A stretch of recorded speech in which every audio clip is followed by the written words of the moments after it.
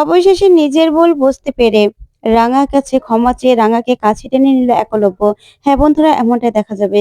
তাই সম্পূর্ণ জানতে ভিডিওটিতে লাইক দিয়ে চ্যানেলটি সাবস্ক্রাইব করে দেখতে থাকুন। গল্পের শুরুতে দেখা যাবে রাঙার মা রাঙাকে বলে, মানু, একটু পরে খাওয়া দাওয়া শেষ করে আমার সঙ্গে একটু আসিস তো, তোর সঙ্গে কথা আছে।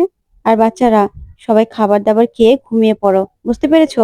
আর মানু, তুই একটু তোর বাড়িতে ফোন করে বলে দে যে বাচ্চারা সবাই তোর সঙ্গে আছে। সবাই নিশ্চয়ই চিন্তা করছে। বল, চিন্তা করছে তো। আর তুই যদি একটু ফোন করে দিস, তাহলে সবাই তো একটু নিশ্চিন্ত হবে নাকি, যে বাচ্চাদের তুই পেয়ে গেছিস। তখন রাঙা বলে, হ্যাঁ, উড়ান বাবু, মানে আমার স্বামী, সে তো খুব চিন্তা করছে মনে হয়। এদিকে কি নেটওয়ার্কটা পাবো? তখন রাঙার মা বলে, না, এদিকে নেটওয়ার্ক পাবি না, তবে ওই নদীর ধারে সেখানে গেলে নেটওয়ার্ক পাবি। কিন্তু তার আগে আয় তো, খাওয়া দাওয়া শেষ করে তোর সঙ্গে আমার জরুরি কথা আছে। তখন রাঙা বলে, হ্যাঁ রে মা, খাওয়া তো আমার হয়ে গেছে, আমি আসছি। আচ্ছা ভুমঝুম আর পিহু, তোমরা গিয়ে খেয়ে শুয়ে পড়ো, ঠিক আছে? একদম দুষ্টুমি করবে না। এই বলে রাঙা ওর মায়ের সঙ্গে চলে যায়। অন্যদিকে বিন্দা দাঁড়িয়ে দাঁড়িয়ে সবার কাজ দেখতে থাকে আর মনে মনে ভয় পেয়ে যায়।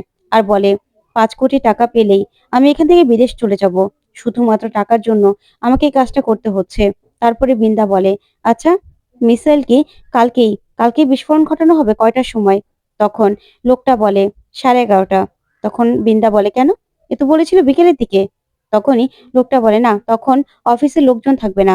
তাই এই যে সময়টা বলেছি সেই সময়ের মধ্যেই সবাই সবাই মোটামুটি অফিসেই থাকবে। সেই জন্যই সেই টাইমটাই ফিক্সড করা হয়েছে।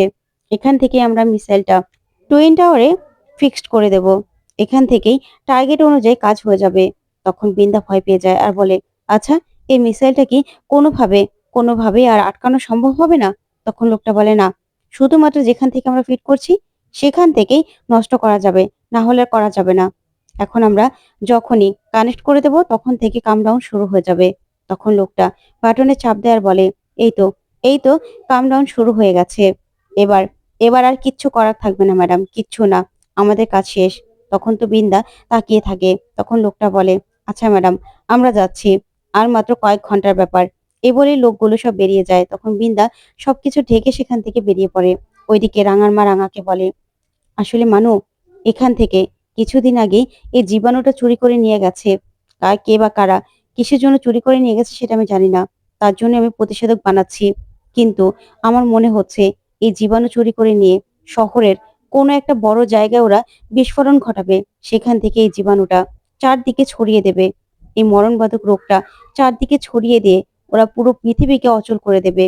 আর সেখান থেকেই ওরা নিজেদের রাজত্ব চালাবে। তখন রাঙা বলে, কিন্তু মা, এটা তুই জানলি কি করে রে? তখন রাঙার মা বলে, আসলে ওরা জীবাণুটা যে চুরি করেছে সেটা তো নিশ্চয় কোনো লক্ষ্য রয়েছে। ওরা কোনো পরিকল্পনা করে এই জীবাণুটা চুরি করেছে। আর আমি জানি ওরা শহরের কোনো বড় জায়গাতে যেখানে অনেক লোক আছে সেখানে বিস্ফোরণটা ঘটাবে। তাই আমি তোকে বলছি, আমার আর তুই পারবি এই শহরকে বাঁচাতে।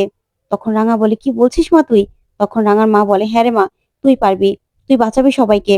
আমি যে জীবাণুনাশক ওষুধ তৈরি করছি সেটা দিয়ে এত মানুষকে বাঁচানো যাবে না রে মা। তোর মধ্যে তোর মধ্যে সেই শক্তি আছে। তুই যেমন দেশকে রক্ষা করছিস, তুই দেশকে রক্ষা করতে পারবি। তাই তোকে বাঁচাতে হবে। শহরে চলে যা। তখনই রাঙা বলে, যাবো রে মা, কাল সকালে আমি যাচ্ছি। গিয়েই আমি দেখছি কে বা কারা এই কাজটা করছে, আমাকে যে আটকাতেই হবে। তারপরে দেখা যাবে রাঙা পিহুকে নিয়ে বাড়িতে চলে আসে। ওইদিকে একলব্য পিহুর পুতুল নিয়ে শুয়ে আছে। তখন রাঙা পিহুকে বলে, পিহুমা, যাও, তোমার বাবার কাছে যাও, বাবাকে গিয়ে উঠিয়ে দাও। তোমার বাবা তোমার জন্য খুব কষ্ট পাচ্ছে। তখন পিহু একলব্যর কাছে আসে। তখন একলব্যর মাথায় হাত রেখে বলে, বাবা, ও বাবা, দেখো, মা আমাকে উদ্ধার করে নিয়ে এসেছে। বাবা, তুমি শুনতে পাচ্ছ? তখন একলব্য চোখ তুলে তাকায় আর বলে, কে? পিহুমা, এসেছিস? তোর মা নিয়ে এসেছে? নাকি আমি এখনো জেগে জেগে স্বপ্ন দেখছি? আমি তো বুঝতে পারছি না। তখন পিহু অবাক হয়ে যায়। ওইদিকে রাঙার চোখ বেয়ে জল পড়তে থাকে একলব্যর এরকম অবস্থা দেখে।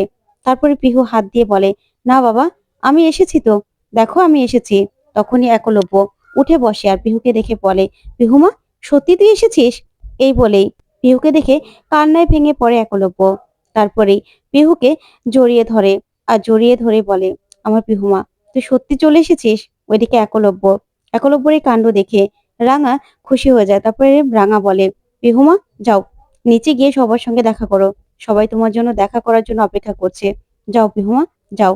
তখনই পিহু একলব্যকে নিজের দিদুনের কথা বলতেছিল। তখন রাঙা বলে, আমি বলবো, তুমি যাও। তারপরে পিহু চলে গেলেই রাঙা বলে, শোন উড়ান বাবু, ওরা না হারিয়ে গিয়েছিল, তাই ওদেরকে আমি উদ্ধার করে নিয়ে এসেছি। এতে না তোর কোনো দোষ নেই। তুই কিন্তু নিজেকে একদম দোষারোপ করবি না। এটাতে তোর কোনো হাত ছিল না। তুই তো ওদেরকে ঘোরাতেই নিয়ে গেছিলি। কিন্তু দেখ, এত কিছুর পরেও তুই আর ওরা সবাই সবাই ভালোভাবে বাড়িতে ফিরে এসেছিস। তোদের কোনো রকম কোনো ক্ষতি হয়নি। এটাই এটাই উপরওয়ালার কাছে প্রার্থনা। ঠিক তখনই একলব্য নিচে নেমে আসে, আর এসেই সঙ্গে সঙ্গে রাঙাকে পাগলের মতো জড়িয়ে ধরে কাঁদতে থাকে। তখন রাঙাও একলব্যকে জড়িয়ে ধরে কাঁদতে থাকে। তখন একলব্য রাঙাকে আদর করে আর বলে, রাঙা, আমাকে তুমি ক্ষমা করে দাও। তখন রাঙা বলে, আমার কাছে তুই কেন ক্ষমা চাইছিস সুরান বাবু? আমি আমি তোকে কেন ক্ষমা করব বল? তোর তো কোনো দোষ নেই। তুই তো কোনো ভুল করিসনি। তখন একলব্য বলে, রাঙা, না রাঙা, আমি আমি যে তোমাকে, তখন রাঙা বলে, ভালোবাসিস তাই তো? আমি জানি যে তুই আমাকে খুব ভালোবাসিস। আমিও তো তোকে খুব ভালোবাসি বল। তখন একলব্য বলে, না রাঙামতি, আমি তোমাকে ভুল ভেবেছিলাম। আমি তোমাকে ভুল ভেবে এতদিন দূরে সরিয়ে রেখেছিলাম। তখন রাঙা বলে, এতে তোর কোনো দোষ নেই। তুই যা করেছিলি, তুই তো সবার ভালোর জন্যই করেছিলি। এতে তো আমি তোকে ভুল ভাবিনি। তাই আমি কিচ্ছু মনে করিনি। তুই না এগুলো ভেবে একদম কষ্ট পাবি না। তবে আমাদের মেয়ে পিহুর জন্যও না তোর মাথা উঁচু হবে। তখন একলব্য রাঙাকে ধরে বলে, সত্যি রাঙামতি, তোমার মতো তোমার মতো মানুষ হয় না। তোমাকে যে আমি খুব ভালোবাসি। কিন্তু পিহু, পিহু কার কথা বললো রাঙা? তখন রাঙা বলে, আমি আমার মাকে ফিরে পেয়েছি রে উড়ান বাবু, আমার মাকে ফিরে পেয়েছি। তখন তো একলব্য এই কথা শুনে থমকে যায়। তখন রাঙাকে বলে, সত্যি? তখন রাঙা বলে, হ্যাঁ রে উড়ান বাবু, আমি আমার জন্মদাতিনী মাকে ফিরে পেয়েছি সেই জঙ্গলে গিয়ে। ওইদিকে দেখা যাবে সবাই সবাই তাদের ছেলে মেয়েকে পেয়ে ভীষণ খুশি।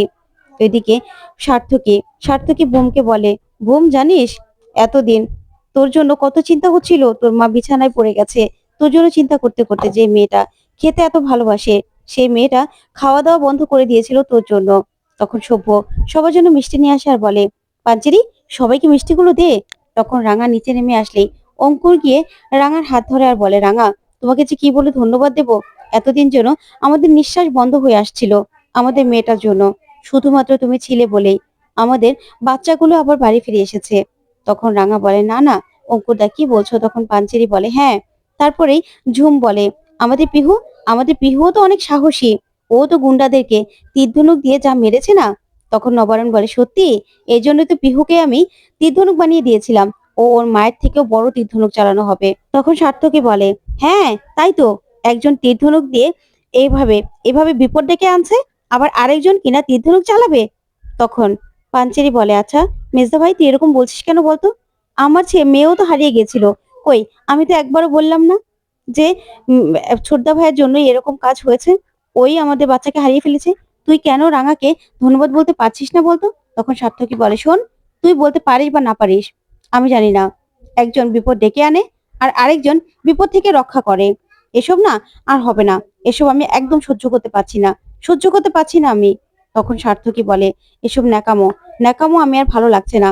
আর বাড়িতে কিনা আরেকজনও তীর ধনুক চালানো শিখবে, দুজন তীর ধনুক চালাবে, সেটা হতে পারে না। তখন অঙ্কুর বলে, আচ্ছা সার্থকী, এরকম ভাবে কেন বলছো বলো তো? এখানে রাঙা না থাকলে আমাদের বাচ্চাগুলো কি ফিরে আসতো? তখনই সেখানে বিন্দা আসার এসে বলে, সত্যি অঙ্কুর, এটা কিন্তু ঠিক কথা বলেছো সার্থকী। তোমাকে কিন্তু এটা মানতেই হবে যে রাঙার জন্যই বাচ্চাগুলো আজকে বাড়িতে ফিরে এসেছে।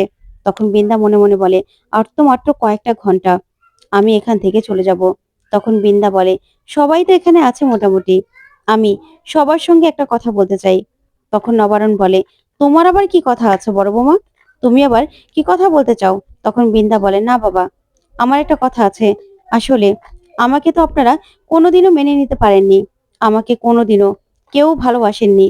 আমার স্বামী সভ্য, সেও আমাকে কোনোদিন ভালোবাসেনি। তাই আমি একটা সিদ্ধান্ত নিয়েছি, সেটাই আপনাদের জানাতে চাই। হ্যাঁ, আজকে বাচ্চারা সবাই ফিরে এসেছে, আমি তাতে ভীষণ খুশি হয়েছি। ওইদিকে রাঙা বিন্দার দিকে তাকিয়ে থাকে। তখন বিন্দা বলে, আমি তার জন্য আমি বিদেশ চলে যাচ্ছি, আমি বিদেশ চলে যাব। তখন অঙ্কুর বলে, কি বিদেশ চলে যাচ্ছ? তখন বিন্দা বলে, হ্যাঁ, আমি বিদেশ চলে যাব।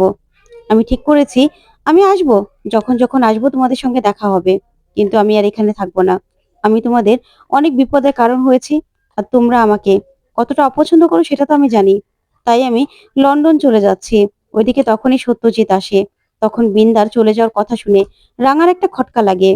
তখন সার্থকী বলে, সোজা লন্ডন? বাবা, লন্ডন যেতে কত টাকা লাগে সেটা তুমি জানো? তোমার এত টাকা আছে তুমি যে লন্ডন যাবে? তখন পাঞ্চেরি বলে, দাঁড়া মিসদা ভাই, আচ্ছা বড় বৌদি, তোমার যে লন্ডন কেউ আছে সেরকম তো কেউ কেউ জানতাম না কোনোদিনও। তোমার লন্ডন কেউ আছে যে তুমি তার কাছে যাবে? তুমি থাকবে কোথায়?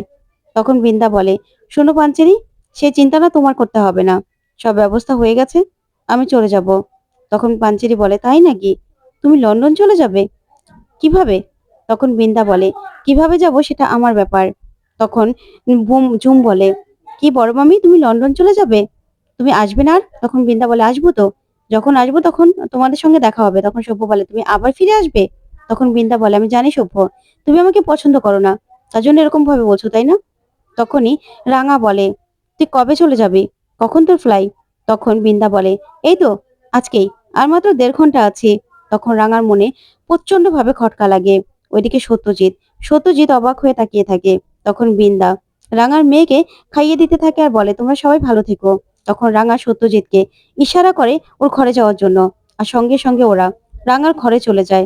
ওইদিকে বৃন্দা মনে মনে হাসতে থাকে আর বলে, রাঙা, তুই আমাকে আর ধরতে পারবি না, আমি চলে যাচ্ছি 5 কোটি টাকা নিয়ে।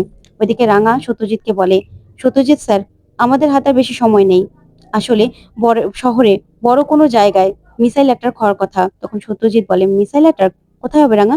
তখন রাঙা বলে, শহরের বড় কোনো জায়গায়, যেখানে অনেক লোক আছে। তখনই সত্যজিৎ বলে, আচ্ছা, টুইন টাওয়ার না তো? তখন রাঙা বলে, হতেই পারে। তখন সত্যজিৎ বলে, তাহলে তো আমাদের অ্যালার্ট হতে হবে। তখন রাঙা বলে, হ্যাঁ রে, আসলে আমার মা আমার মা বলেছে, ও যে দ্বীপটাতে থাকে সেই দ্বীপটা থেকে জীবাণু চুরি করা হয়েছে, সেখান থেকে জীবাণু নিয়ে শহরে ছড়িয়ে দেওয়া হবে, মহামারীটু লেগে যাবে। তখন সত্যজিৎ বলে, তাহলে রাঙা, আমাদের তো এখনই যোগাযোগ করতে হবে, সবার সঙ্গে যোগাযোগ করে দেখতে হবে কোথা থেকে এই মিসাইল অ্যাটাকটা করা হবে। তখন রাঙা বলে, হ্যাঁ, আমাকেও আমাকেও চেষ্টা করতে হবে। তো বন্ধুরা, কেমন লাগলো আজকের আপডেট কমেন্ট করে জানাতে ভুলবে না। ধন্যবাদ।